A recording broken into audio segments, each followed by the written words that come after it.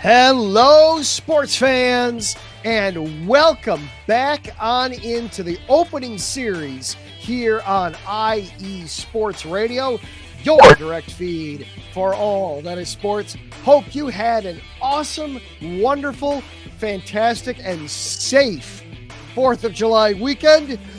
There was a ton going on in the sports landscape over the past week. We are going to get you caught up on absolutely all of it right here on the show tonight. Tons of stuff going on in the soccer world. CONCACAF Cup Gold, the Gold Cup was awarded. We've got MLS updates. We've got match highlights, all kinds of things going on there. WNBA has its all-star roster out. MLB has its all-star roster out. We will go through those, see who we like, who we don't like. We'll check in with some guests along the way as well. And then lots and lots and lots of racing for you as well. NASCAR took to the streets. Motocross had its crown jewel. And oh yeah, Wimbledon is going on as well. So much to get through, so little time. This is the opening series here on IE Sports Radio. Buckle on up, everybody. We're going to have ourselves some fun.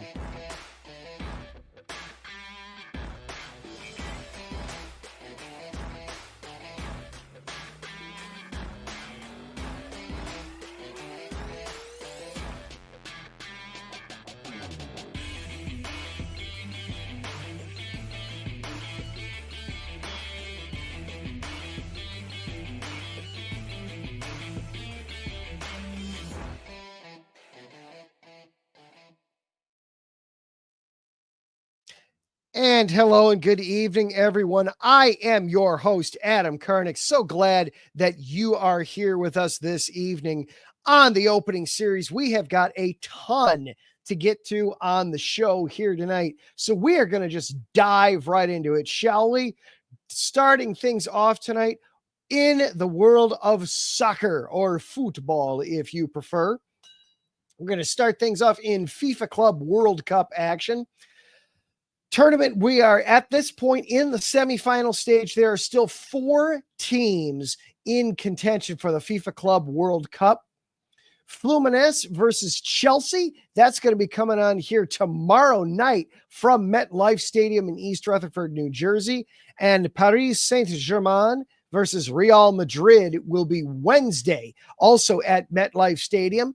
So getting close to the championship there on that.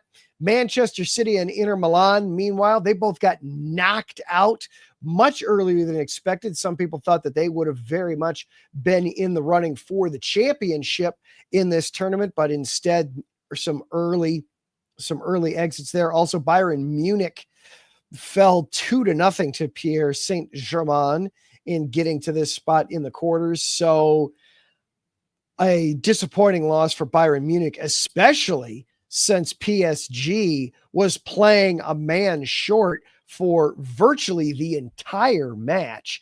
So job well done by Paris Saint-Germain, but also Bayern Munich. That's got to feel incredibly frustrating to fall to a club that is playing short a player for virtually the entire match. Also for Bayern, some frustration as well, as Jamal Musiala suffered what they're suspecting is a fibula fracture, and he could miss a not insignificant amount of time with that injury as well. Moving things over now to the CONCACAF Gold Cup. This was a little frustrating one for the U.S. U.S. got off to an early lead, 1-0 in the match against rival Mexico. However, it would be Mexico that would ultimately get the win. Raul Jimenez tied the game at 1 in the 27th minute. And then Edson Alvarez in the 77th minute with a header got Mexico up to 2-1, and that would be the final. The goal initially was ruled offside. It got reviewed. The VAR review came back that the play was indeed onside. So Alvarez's goal stood. Mexico gets its 10th CONCACAF Gold Cup title with the 2-1 victory over the United States down in Houston. Second consecutive Gold Cup championship for Team Mexico. For the U.S., this is frustrating. Not only was the U.S. team attempting to win its 8th CONCACAF Gold Cup title, you get up to a 1-0 lead and cannot get it to hold up, cannot get that all-important second goal. For Mexico, though, this is a triumph for Team Mexico. No matter what, consistent excellence for Team Mexico in this tournament, and their performance in this game too, really, really, really notable.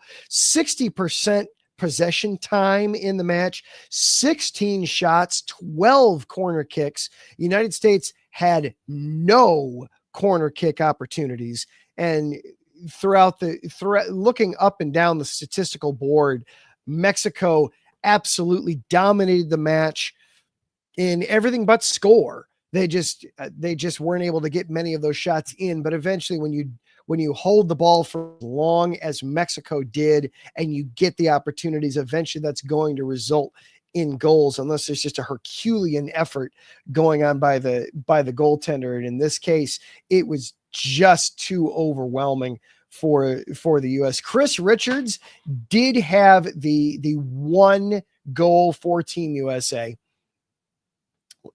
early in the match in just the 4th minute. But in the end, Mexico gets its 10th CONCACAF Gold Cup championship, most all time.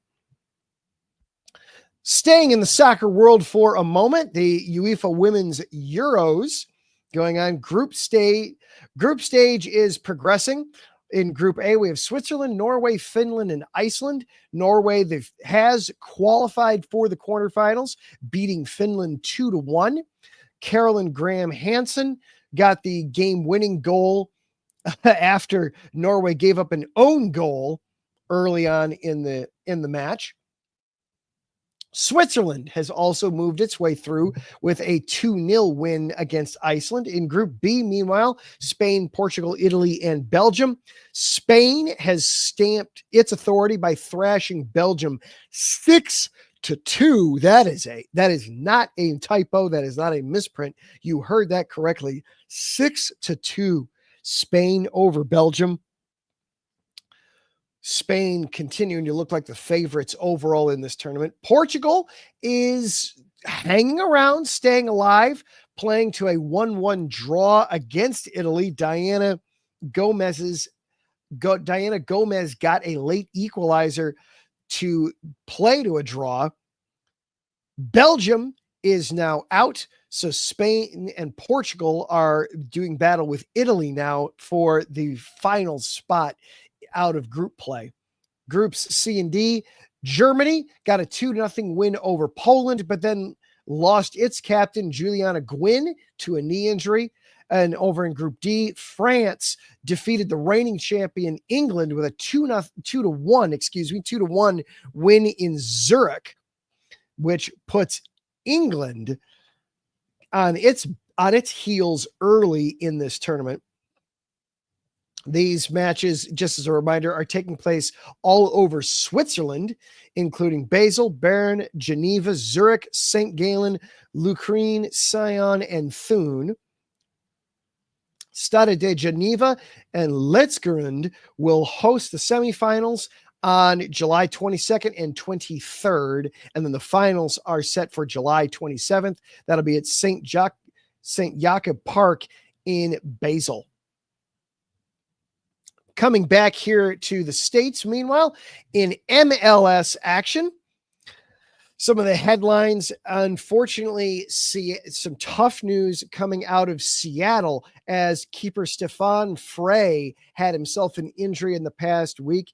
He got stretchered off with an upper body head or neck injury after having a collision in stoppage time against the Columbus Crew. That game ended on a 1-1 draw.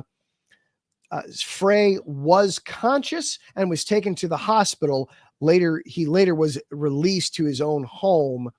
They don't have a return time as of yet for Frey, so Seattle will be playing without its top keeper for the foreseeable future.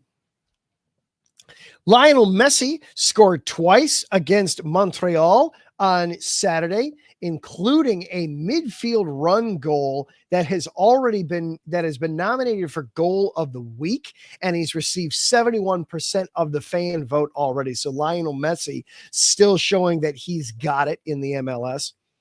On the younger side, Efrain Morales is rising. The young 18-year-old defender for Atlanta United was recognized amongst the young players of Match Day 22, highlighting his growing influence on the defensive end for Atlanta.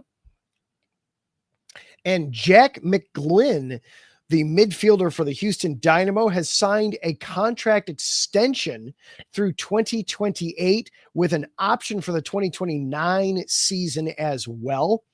He got 3 goals and 5 assists in 18 games this season, and he's expected to be a regular part of the United States national men's team going forward as well. And then also Lionel Messi, going back to Lionel Messi, he and Inter Milan will be heading up to Foxborough, Massachusetts to face the New England Revolution here in just a couple of days on Wednesday at Gillette Stadium. It'll be at 7:30 Eastern time and will be available on Apple TV and radio. A quick look at the standings as well here. And these are the standings current heading into the past week. Philadelphia Union, 40 points. FC Cincinnati right behind them at 38, and Nashville with 38 points. Columbus, 37. Orlando City, 33. So to have only 3 points separating the top 4 teams, very tight at the top there. Inter Milan, meanwhile, sitting back quite a ways with just 29 points. We brought up New England versus Inter Miami coming up this week. We also have the MLS All-Star Game is coming up here in a couple of weeks as well, July 23rd. And then Leagues Cup will begin at the end of the month with MLS clubs taking on Liga MX rivals in a new 36-team tournament. That is a lot of teams. That'll be a lot of soccer going on there. With that, we are going to take for ourselves a quick little break. And then when we come back, we are going to transition and talk a little bit of basketball. And we're going to talk some baseball as well with a little help of a guest. This is the opening series here on IE Sports Radio, your direct feed for all that is sports. Be right back after this.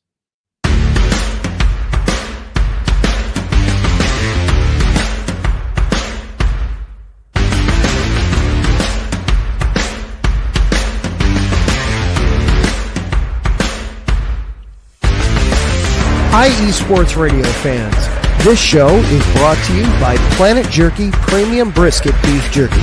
Planet Jerky is the official jerky of the 2022 California League champion Lake Elsinore Storm, Single A affiliate of the San Diego Padres. This all brisket jerky has gluten-free options, contains no MSG, no sodium nitrate, is low in sugar, and high in protein. Go to their website at planetjerky.net and follow them on Instagram at Planet Jerky. Planet Jerky, the jerky that's on a whole other planet.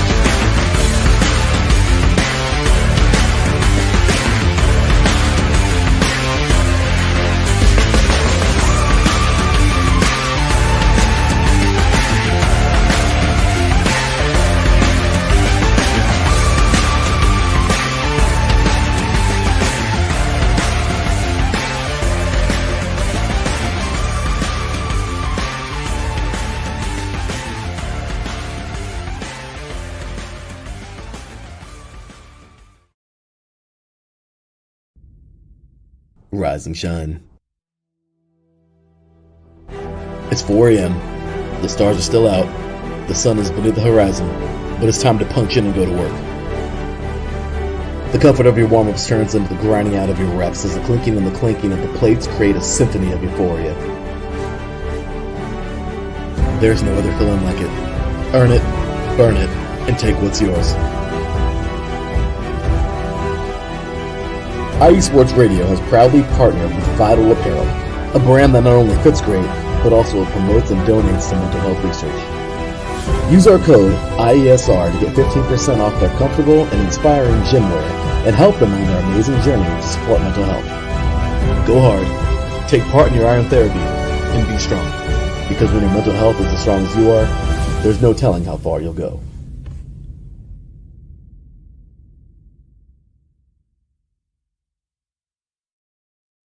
And welcome back into the opening series here on IE Sports Radio, your direct feed for all that is sports. Want to give a quick shout out as well to everybody that is watching live across YouTube and Twitter tonight. If you are one of those that is watching live, drop us a comment. Let us know that you're here. Taryn Rodriguez said good evening and hello. Josh Ritter in the chat as well. Yeah, the U.S. always finding a way to come up just short in international soccer. The U.S. men's national team losing the CONCACAF Gold Cup Championship to Mexico. That was a very devastating loss over the weekend. We're going to switch gears a little bit here, though, and we're going to talk some basketball here coming up. We're going to start in the WNBA. A little bit, might get to some NBA stuff later. There was some crazy shenanigans, we'll just call it what it is, going on as well. But we'll start things off in the WNBA. Quick look at the conference standings in the East. It is really a two-team race with a third team trying very desperately to stay relevant. The New York Liberty at 12-6. We have a guest coming up that will be able to tell us a little bit about them too. And the Atlanta Dream hot on their heels at 11-7. The Indiana Fever, Caitlin Clark's team trying to stay relevant, hovering around 500 at 9-9. Beyond that, the Washington Mystics 8-10, Chicago Sky an abysmal 5-12, and the Connecticut Sun just 2-16 at this point in the season. Out west, the Minnesota Lynx are continuing to be the darlings of the WNBA this season, 17-2 overall. Phoenix and Seattle both at 12 wins as well. Phoenix one less game, so one less loss at 12-6. The expansion Golden State Valkyries, they're an impressive showing so far, 9-8 overall. Las Vegas Aces at 500, 9-9. Sparks down at 6-13, along with the Dallas Wings. New York Liberty got to 12, couldn't get that 13th win against Seattle over this past week, losing at home 79-70. Just 3 points in the third quarter. Whatever was said at halftime in the locker room there for New York did not work. Either that or Seattle just came out with the granddaddy of all pep talk defensive speeches to make sure that game stayed low. Ionesco did get 20 points, including 5 3-pointers. However, Isabella Harrison and Natasha Cloud got injured as well. So a tough loss for the New York Liberty. They have, after an impressive 12-0 start at a 9-0 start to the season, they have now gone just 3-6 in their last 9. The Lynx, meanwhile, are still perfect at home, 11-0 at home, 17-2 overall. They defeated the Sky last night, 80-75. A terrific second quarter, 28-13 overall in that one. Napisha Collar had 21 points for Minnesota, and Courtney Williams also had 25. In the Commissioner's Cup final, the Indiana Fever upset Minnesota 74-59. Natasha Howard got the MVP with 16 points, 12 rebounds. She was also perfect, 8 of 8 from the free throw line. which also then gives Indiana an additional $500,000 in prize money and some crypto donations and community support as well. Gabby Williams earned her first All-Star selection. She had averaging 13.3 points, 4.7 assists on the season. Sonia Citron and Kiki Irifen from the Washington Mystics earned All-Star reserve spots. We do have some notables that missed out, though, on the All-Star festivities. Brittany Sykes, Azura Stevens, Brianna Jones did not make the cut. They've had strong seasons, possibly some rethinking there needs to be done to get those women in. And we've got some continued off-court conversations with Angel Reese of the Chicago Sky. She's been having a rough sophomore season, though she did get named to the WNBA All-Star team as well from the East. She's been openly critical of officiating and demanding some fixes, so some things to keep an eye on there. The Players Association, meanwhile, is in talks with the league over a new collective bargaining agreement. Not some great conversations going there, as one union rep called the latest offer from the league, quote, a slap in the face. Talks continue. As always, the distribution of money and media rights is, of course, at the foremost of that conversation. Coming up for the WNBA, the All-Star Weekend is set for next weekend down in Indianapolis. Caitlin Clark and Napisha Collar will be the captains for the two teams. Cheryl Reeve and Sandy Brondello will be the coaches.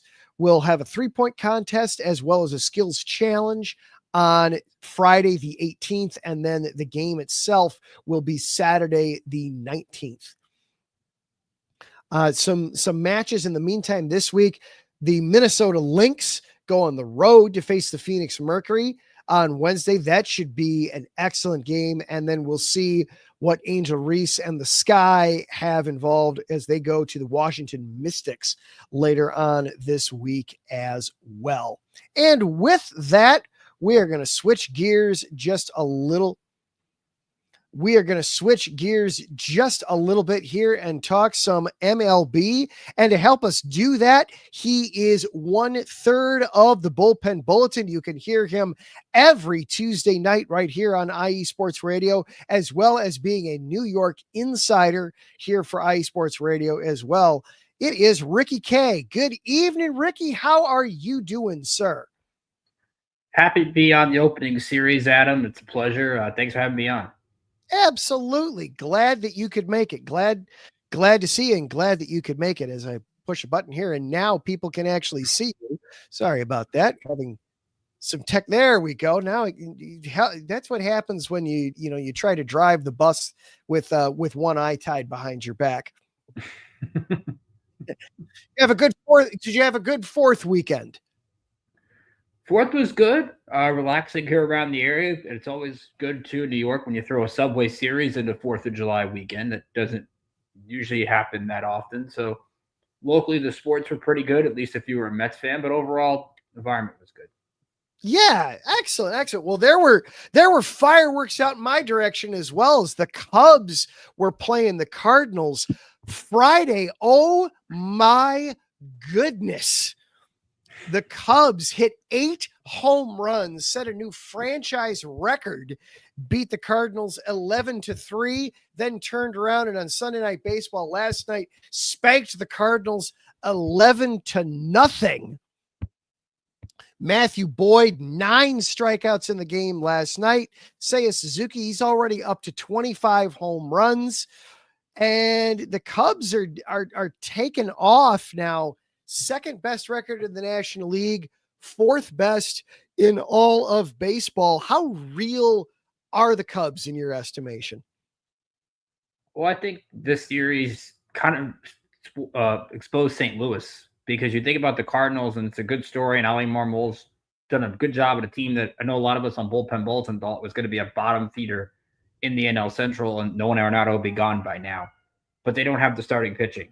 And it's clear the Cubs took advantage of that. As for the Cubs themselves, I think they could be the favorite in the National League. I know people love the Dodgers. I know people will say, hey, they get through their injuries. They have Snell, they have Glass now, and that might be great. This Cubs offense is well diverse. It can beat you in a variety of different ways. Bush has been great. Nico Horner was excellent last night. Pete Crow Armstrong is an MVP candidate. Suzuki's playing well. And I didn't get to Kyle Tucker. I mean, that's how good this Cubs team is. You almost forget Kyle Tucker's on it. I think they're a couple pieces away. I know people will talk about Alcantara as kind of that piece, or a Gallon or somebody like that. To me, I'd want to see if they can get a guy in the bullpen. And let's just say if there's a guy in Cleveland that's available, if the Guardians keep losing in Class A and the Cubs can get him, you're probably talking about the favorite, especially with a manager like Craig Counsell. So been very impressed with the Cubs this year. Maybe just a weak Central. I'm not going to count Milwaukee out yet, especially with a 1-2 of Peralta and Mizorowski, but the Cubs, I think, are clearly the favorite right now in the Central. Yeah, the Brewers, you definitely, they're one of those teams that just always seems to hang around. As we got Ricky K of the Bullpen Bulletin hanging out with us here in the opening series for a couple of minutes. Some other things to get to, but before we get into that, Josh Ritter threw this one into the chat as well on YouTube. As a relatively casual Blue Jays fan, should I believe in this recent run from the Blue Jays? As I'm pulling up the standings right now as well, so we can get a little more specific on that run for Toronto, but they have been playing better ball as of late. The Blue Jays right now sitting atop the American League East at 52-38, and they have won 9 out of their last 10, their last 8 overall. They have won. What do you think about the Blue Jays? Well, I watched them firsthand against the Yankees, absolutely embarrassed them last week. And I think this Blue Jay team could be for real. I mean, you think about a top 4 in the rotation they threw out this week of Gausman, Barrios, Bassett, and the other one, I'm trying to think of the other pitcher. It probably is mistaking me, but the Blue Jays, to me, when you look at the top of the rotation, they're strong. I don't know how George Springer isn't an all-star, because you look at his numbers this season, and I know maybe it's the Astros stink, but the fact of the matter is he's like top 5 in slugging in the league. He's playing extremely well. And to me, he's been the George Springer that everybody's been expecting in Toronto. And you throw Vlad Jr. in the mix, and you throw Bo Bichette in the mix. Alejandro Kirk is one of the better hitting catchers in the league. Scherzer's the other one. If Max Scherzer's the 4 with Toronto, I think they're fine. Jeff Hoffman as the closer would be interesting. Right now, the Blue Jays kind of exposed what the Yankees are, and I think you look at Toronto. Now, they got the White Sox. They should beat them, and then they end the first half. I'm trying to see who they end the first half with. They end it with the A's. So they have a chance to really put some separation here, and I'm interested to see how the Blue Jays act, because they went from being a team that you don't know what they're going to do in a wide-open American League. I wouldn't be shocked if Toronto added a piece or two. Yeah, with finishing out the first half with the White Sox and the A's, they should absolutely get 5 out of those 6 wins. You would think, you would hope, if you're a Blue Jays fan. Well, you brought up you brought up George Springer there with the All-Star. We've got now the full All-Star teams list roster. Let's talk about that a little bit. First of all, a lot of first timers, a lot of guys making it to their first ever All-Star game. I love seeing 5 Tigers make it, because they've been so strong, so surprisingly strong this year. I love that it's not just filled with Dodgers and Yankees and the usual suspect type teams, that we're seeing some intelligence in there. What are your thoughts of the All-Star rosters as a whole? Well, if you look at the starters, I mean, the fans are pretty smart. I mean, usually you look at the fan balloting and All-Star votes and you're like, what the heck is going on? And I think that the fans mostly got it right to see a Jacob Wilson start at shortstop for the A's. You would not normally see that. Or your guy, well, Javi Baez is starting in the All-Star game. I don't think anybody would have thought that he'd be in center field and B, start in the All-Star game. That's off to him. That is outside of the Chicago stuff, which of course is near and dear to me. That just brings me so much joy to see that he's figured it out. He had been so awful in Detroit. And not just if as soon as the pitch is thrown, he's swinging at it. You don't have to get anywhere near the strike zone. But even out in the field, I mean, he was a liability at shortstop and second base. So to see him come back to form, that's outstanding for Javi Baez. I love seeing that. You mentioned George Springer. What are some other surprising names that came out at you, either that made the team or got left off the teams? Yeah, Springer was definitely a snub for me. I just think I talk about the fans being smart. The players had some votes, and they took the likes of Julio Rodriguez. And I get Julio Rodriguez is a great name, but you're not looking at the numbers. And the players also took Alex Bregman. Alex Bregman's been hurt since May. So I don't get that. So we got to question where the players are at some of these votes. I guess if Framber Valdez would be one. I mean, he's been great for the Astros, but you look at the American League pitchers, who you taking out, and you have to take somebody on each team, which I'm not going to dismiss the White Sox. I mean, Shane Smith's a great story, Rule 5 pick, turned all-star, but you have Yusei Kikuchi for the Angels. I mean, like, we're grasping at straws here. So I guess Framber Valdez, and then on the NL side, I'm going to keep it local, Juan Soto. Juan Soto's been the best player since end of May. Hit 20-plus home runs, and he's not in there. Now, to be fair, you got James Wood, who I think could be the breakout guy this All-Star game if they find a manager, Corbin Carroll and Fernando Tatis, and then you have to take a Marlin, so you take Kyle Stowers. I think that Soto's going to find his way in somehow. Maybe somebody doesn't go. Maybe somebody gets hurt. I don't know. But it's really weird to see Soto off it. I wouldn't have been shocked early May, but to see Soto kind of quietly break out, especially I think it was a 10 homers in June. I'm kind of surprised he didn't get in like as a late player edition or something. Yeah. There's definitely some names like that where it's just you would have liked to have seen them get in. But what is your thought on the every team must be represented rule? I like the spirit behind it, but I feel like in practice, it causes more problems than it fixes. I think since the game doesn't count, I'm okay with it. Yeah. Because if I am a Cardinals fan, let's say, and their only All-Star, I believe, was Brendan Donovan, I might be tuning in to watch Brendan Donovan. I might be tuning in to see, trying to think, Hunter Goodman getting that bat for the Rockies. Like, that's the kind of things you're looking for. I liked it when the game counted because I thought that there was some seriousness to the game. I get with all the pitching injuries now and everything going on. I don't think you'll ever see it count again. But to me, it just made the game feel more competitive. Now we're getting all these like, let's mic up the pitcher and the catcher. Let's mic up the outfielder. Let's do an in-game interview here, an in-game dugout interview here. I kind of liked that the All-Star game just used to feel like a game. And I don't say it's lost its luster because I still think it's pretty good. I mean, I think the Home Run Derby needs to not be changed every year. But to me, I don't mind. If the game doesn't count, I'm okay with everybody having somebody. That makes sense. That makes sense. If it's truly going to be an exhibition, then make it an exhibition and include all the teams. That makes sense. Getting back to non-all-star stuff, then the Nationals made some waves yesterday, firing their general manager, and then also they fired their manager as well, correct? Correct.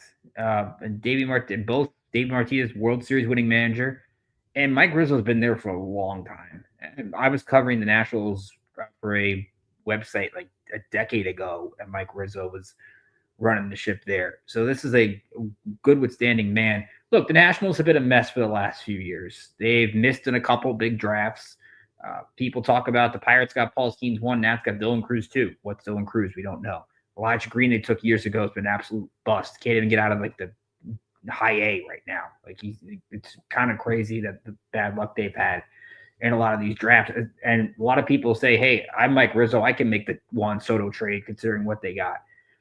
Soto helped Rizzo helped the Nats become relevant. Think back to the Jason Worth deals.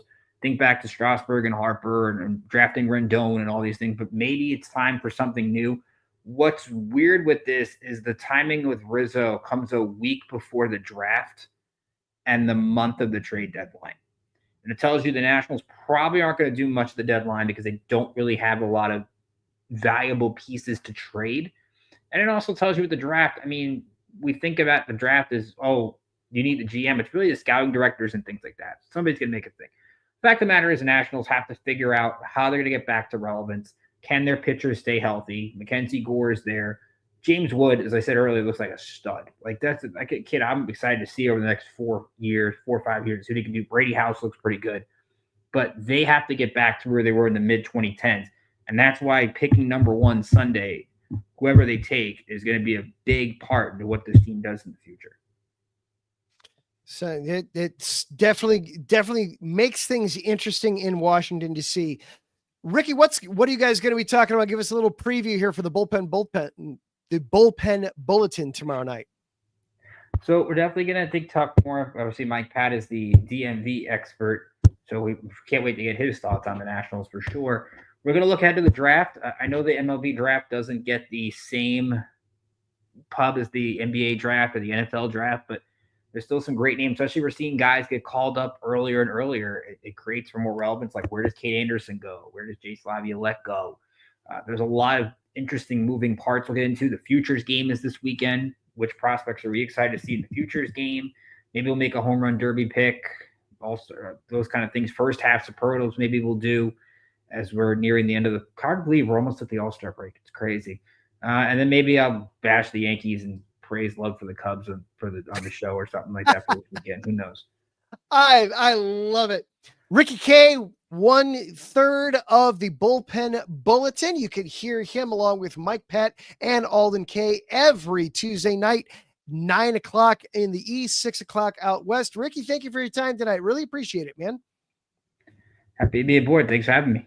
All right. We'll catch you later. That is Ricky K of the Bullpen Bulletin here on the opening series on IE Sports Radio. We're going to shift things over now. We're going to talk some tennis. Wimbledon has been going on, so we will get you caught up there on what's been going on in the tennis world.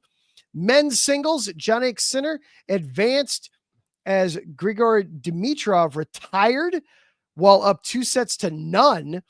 However, Dimitrov suffered a right pectoral injury and had to retire, so that allowed Sinner to advance. He will face Ben Shelton in the quarterfinals. Novak Djokovic, he had a rough start against Alec de Minaur, but he fell behind 1-6 after the first set, but then came back to take the final 3, 6-4, 6-4, 6-4, winning 14 of the last 15 points in the final set.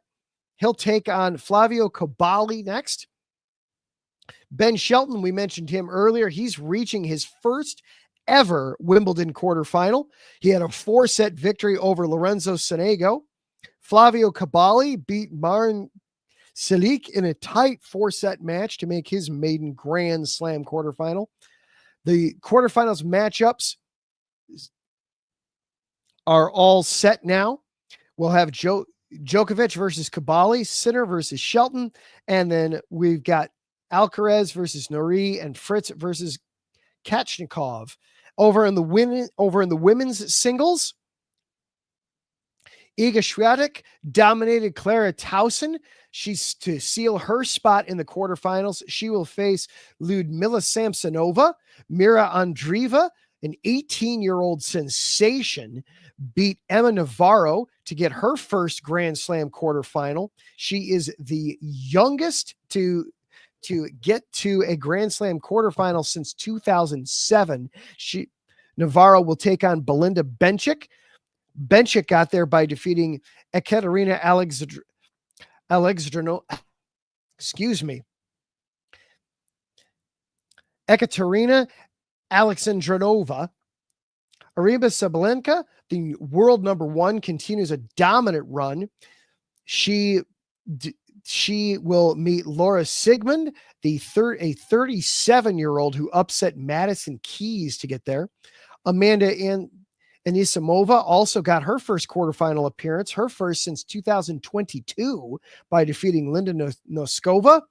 So we've got in the women's quarterfinals, Sabalenka versus Sigmund, Swiatek versus Samsonova, Andreeva versus Benchik, and Sabalenka will face either Anisimova or Pavlyuchenkova, depending on how draws line up.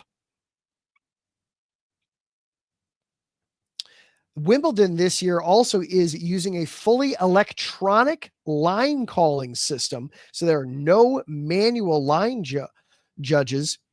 However, there was a malfunction at one point during the Katal Pavlyuchenkova match, which brought some criticism as well, but we're keeping an eye on that. The quarterfinals, those will start tomorrow, going through Thursday, and then the semifinals will be Thursday and Friday. Finals for women will be this Saturday, and then this Sunday for the men. So we will go through and review the Wimbledon finals as well next week. We'll have that for you.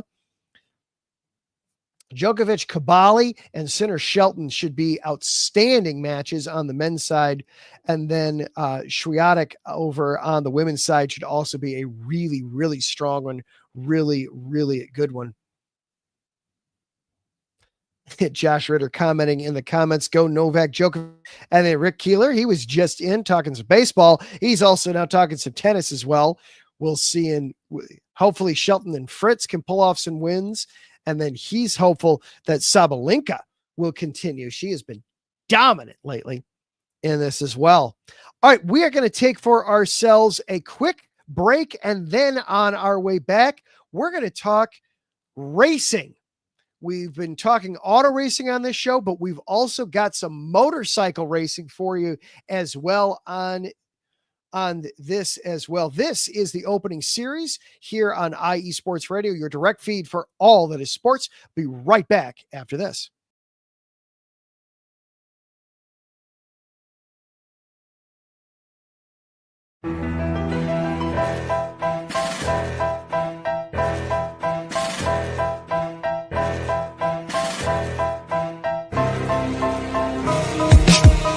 For the last 10 years, IE Sports Radio has been bringing you amazing content ranging from interviewing legendary athletes, coaches, and other authorized media personnel to building tailor-made shows dedicated to all major sports cities around the country. Make sure to follow us at IE Sports Radio on X, Instagram, Facebook, TikTok, and YouTube to keep up with the latest in sports and with all of our shows. Also, make sure to check out our daily updated website at iesportsradio.com. At iesportsradio.com, you can see our daily show schedule and check out all of our show pages with personal bios to learn a little bit more about each of our awesome hosts.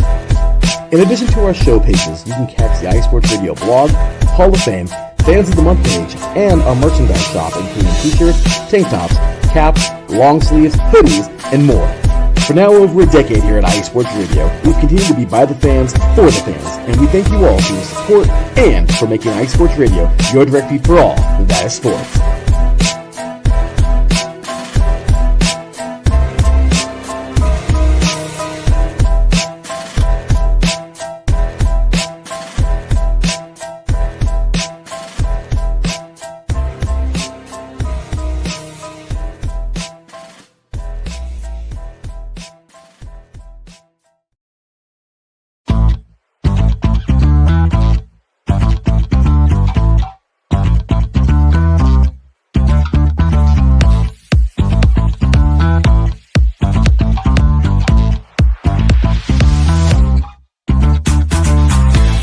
Hey there, IE Sports Radio fans. Be sure to check out our sponsor, Seal the Deal Wax Seals by Cecilia B.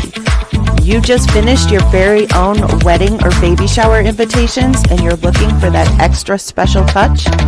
Maybe you just wrote a letter to a relative or a friend and you want to add to their smile when they receive it. Then seal the deal with Cecilia's handmade sealing wax stamps for your invitations, letters, and gifts. You bring the deal, we'll bring the seal.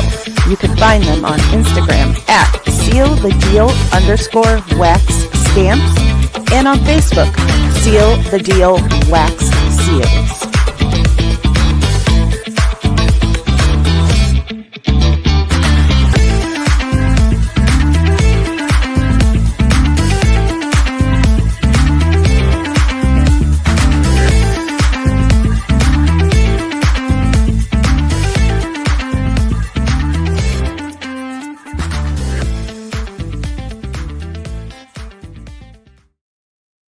And welcome back into the opening series here on IE Sports Radio, your direct feed for all that is sports. Adam Karnik with you here for about another 10 minutes or so.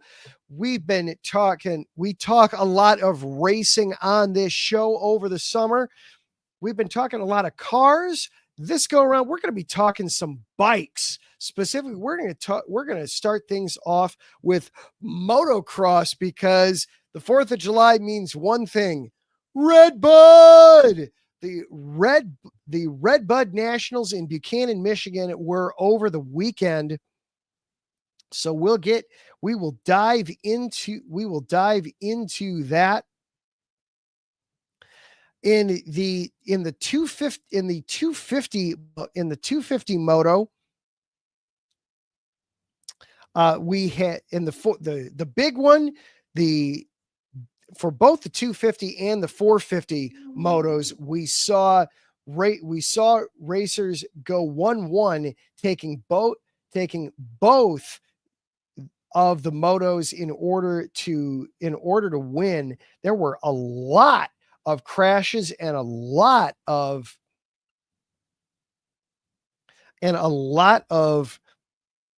working around stalled out bikes and things like that all throughout the race, but some good racing overall.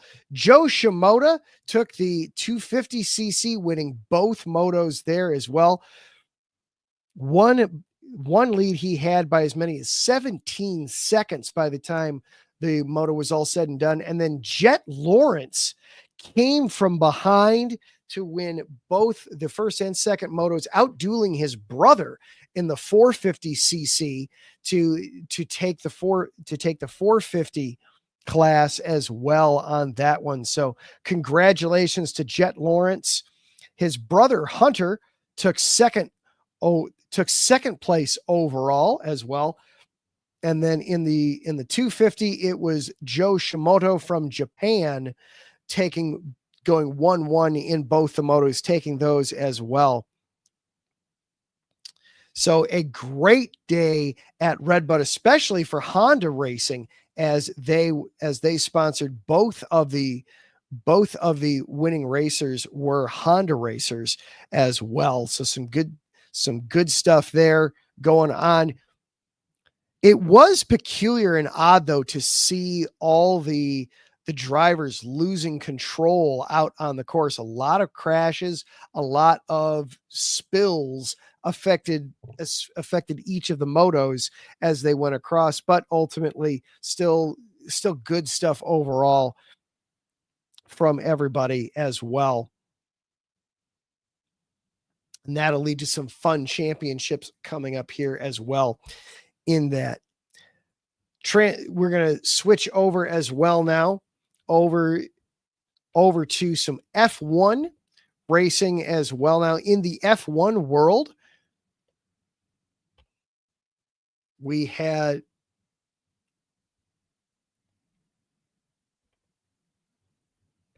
sorry, I'm having a little bit of, there we go. Trying to get my display to cooperate with me there. I apologize. In F1, Lando Norris delivered a thrilling performance at the British Grand Prix, got his 8th career Formula One victory, 4th this year, and 2nd consecutive after winning in Austria last week. This victory also marked his first ever home win at Silverstone. He described that as a dream come true, inspired by memories of watching Lewis Hamilton's victory in 2008. The race commenced under dry conditions, but they did have to transition into a rain-affected affair. There were multiple safety car periods and a dynamic strategy shift as well by all the cars as they had to adjust to the rain coming down. Oscar Piastri had been leading the race. However, he received a 10-second penalty for an unsafe maneuver under the safety car, which changed the racing dynamics and put him well behind the pace. Then ultimately proved impossible for him to overcome. Nico Hülkenberg had a milestone and a remarkable achievement. Nico secured his first ever Formula One podium in his 239th start. He finished third place to make the podium. The final standings from the race: in fifth, Max Verstappen of Red Bull Racing; fourth, Lewis Hamilton with Team Ferrari; then Hülkenberg. Piastri wound up finishing second, and Lando Norris, as we mentioned, won the race. So Team McLaren taking spots 1 and 2. Updated Drivers' Championship standings at this point. Piastri still in the lead with 234 points, but Lando Norris starting to catch up to him now with 226. Max Verstappen still in third at 173. George Russell fourth at 147, and Charles Leclerc with 119. And those are updated for after the British Grand Prix. Norris has caught fire recently, winning each of the last 2 weeks. That has allowed him to catch up to Piastri.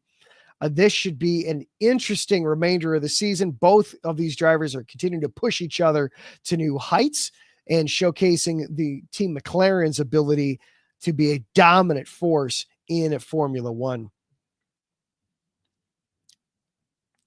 Switching gears then. Sorry, I had to do it. I'm really sorry. I just had to. I'm sorry. To IndyCar over the weekend. Scott Dixon achieved a significant milestone. He secured his 59th career IndyCar victory at the Honda Indy 200 in Mid-Ohio, marking his first win of the season and extending his remarkable streak of winning in 21 consecutive IndyCar seasons. He was propelled by a combination of strategic fuel management and a rare late race mistake by Alex Palou. Palou has been racing so well this season. Palou led 85 out of 90 laps in this race. However, Dixon was able to seize the lead with 5 laps to go and get the victory. Dixon has done really well at this track. This is his 7th career win at Mid-Ohio. He's a master of this particular track, and his performance was a testament to his experience and adaptability, especially considering the challenges posed by the race dynamics. The Iowa doubles are coming up next week. The first race will be on Saturday. Race 2 will be on Sunday.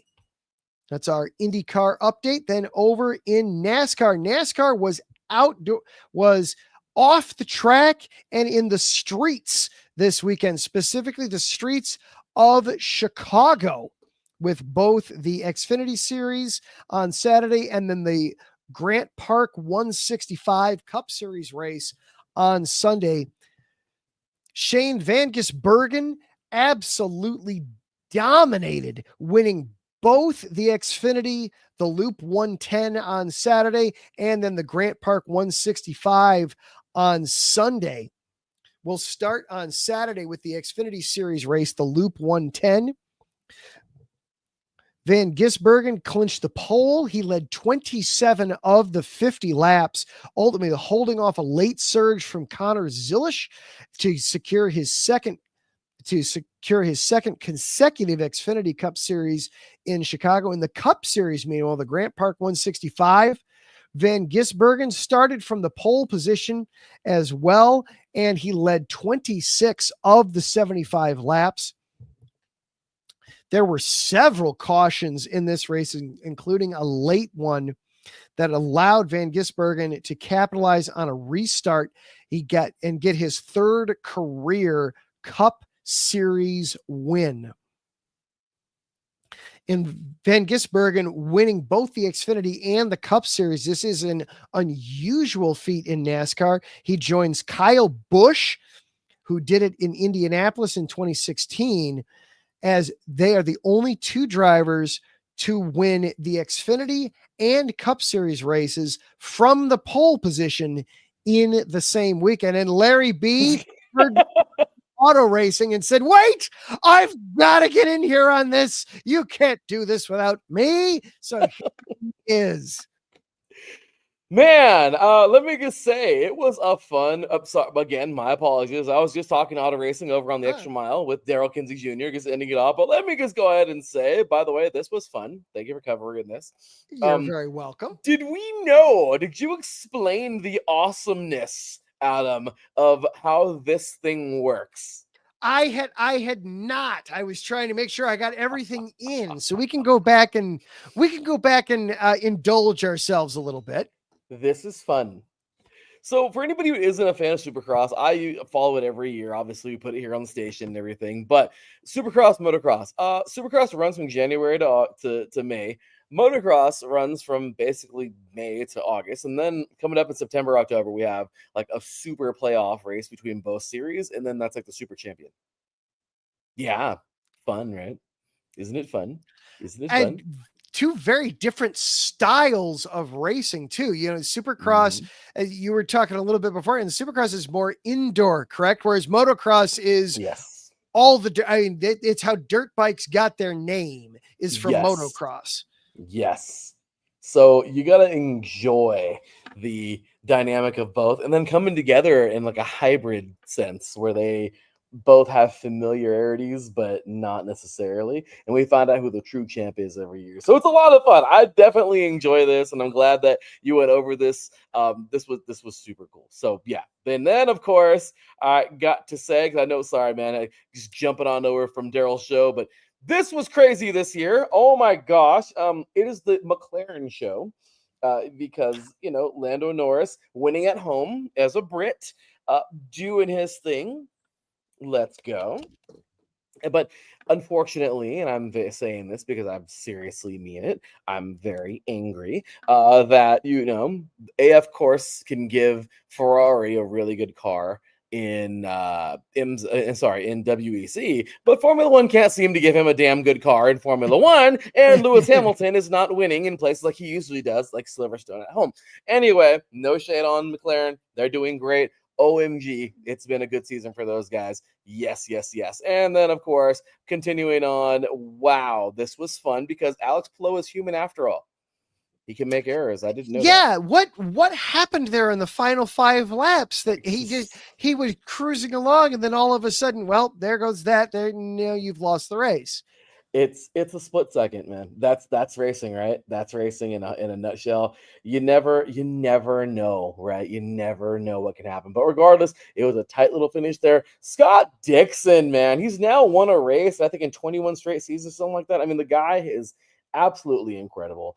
You gotta love what he brings to the table. He's just one of the dominant forces in IndyCar. This year had not got a victory because Alex Palou is hogging them all. Regardless, though, he's doing an amazing job, and I'm just really excited to see him this year doing his thing. But hey, save some room for others like good old Scott Dixon, because unlike Formula One, where the cars, literally half of the cars are on steroids, the ones who can afford the steroids, and the other teams just aren't on steroids. And as much as I love Formula One, IndyCar is really where it's at because all the cars are equal. So I like that a lot. And, good for Dixon. This was a fun race. And we got the Iowa races coming on up this weekend. 2 races on an oval. We get 2. We got Iowa 1 on Saturday and Iowa 2 on Sunday. So it's going to be a lot of fun. But the Honda 200 at Mid-Ohio did not disappoint. Super fun race there, and there you have it. So, and then of course you were in NASCAR right now, and I jumped in at the right time, I guess, huh? Yeah, no, the Grant Park 165. On the one hand, this is for the first time in 3. It took them 3 tries, but they finally got good weather for this. The last 2 years, it has either rained right up to the race or rained during the race. So for the first time ever, they had good. I mean, it was hot. It was hotter than Billy Blue outside, but they at least, you weren't having to deal with rain. But there is a part of me, and I know this is bad, because I have to remember that there are people in the cars. It's not just the cars. But when I see them wreck as often as they do on the street, it makes me laugh on a street race, because you can see just how bottlenecked and how, frankly, real life it gets so fast, where these streets really weren't made for racing on. No. And the drivers really have to adjust on the fly to it. You get one car that loses control and the whole race has to stop, basically, so that they can figure out how just to get past it. Isn't it something? I mean, isn't it something? So apparently, okay, and of course, according to Daryl, what he was saying right now, we're on the extra mile. Apparently, the mayor, Brandon Johnson. Brandon Johnson, that's his name, because he has a very easy name. Brandon Johnson said that he is down. Okay, he said it just like that too. Now, but he said he is all for the return of the Chicago Street Race next year for another 2 years, he said. However, he is not down for having it on the 4th of July weekend again. Well, yeah, because that's all right. To do the peek behind the curtain here for just a moment, not to get too inside baseball here. That race is literally, it is in the South Loop of downtown. We took the kids downtown a couple weekends ago to go enjoy some time at the museums. Had a wonderful time. We walked past where everything was being shut down. It is right downtown where everything is. And 4th of July weekend, not that other weekends you don't have a lot of traffic in a major city, because it's the summer and it's the weekend. And Chicago is a fantastic town to visit. It's also a fantastic place to start and then go other places. So traffic is always a thing. When you're shutting down Lakeshore Drive, when you're shutting down Michigan Avenue, when you're shutting down those major roads for 2 weeks plus to do this race, it's really hard on the city. So I get that. I understand that. It's a great visual to look at. Right. And it does the amount of people who, because there are spots where you can just stop and walk up to the track without needing a ticket. And okay, you can't sit there and watch the race. You're peeking in between safety barriers, but you can peek between safety barriers and what's going on in there? And that happens. That happens every year. Is it what is going on in there? Whoa, okay, it's a NASCAR race. Cool. So you do have that, which is different from other races. But yeah, I can understand wanting to keep it away from the 4th of July. It's crowded, I'm sure. And it's just, it's a great weekend. Hey, I mean, America's birthday, but unfortunately it's just, you can't do too many things at one time. And this is a big deal. So we may just, Daryl and I were just talking about this and just saying, maybe they just need to take off the 4th of July. Daytona doesn't want it because Daytona is trying to get away from having the 4th of July. They used to have the Pepsi 400 in Daytona on the 4th of July. But again, it's just so hard. 4th of July weekend is not easy because everything is crowded because of the 4th of July. So running a race, especially in Daytona, is just, it's its own circuit in its own area.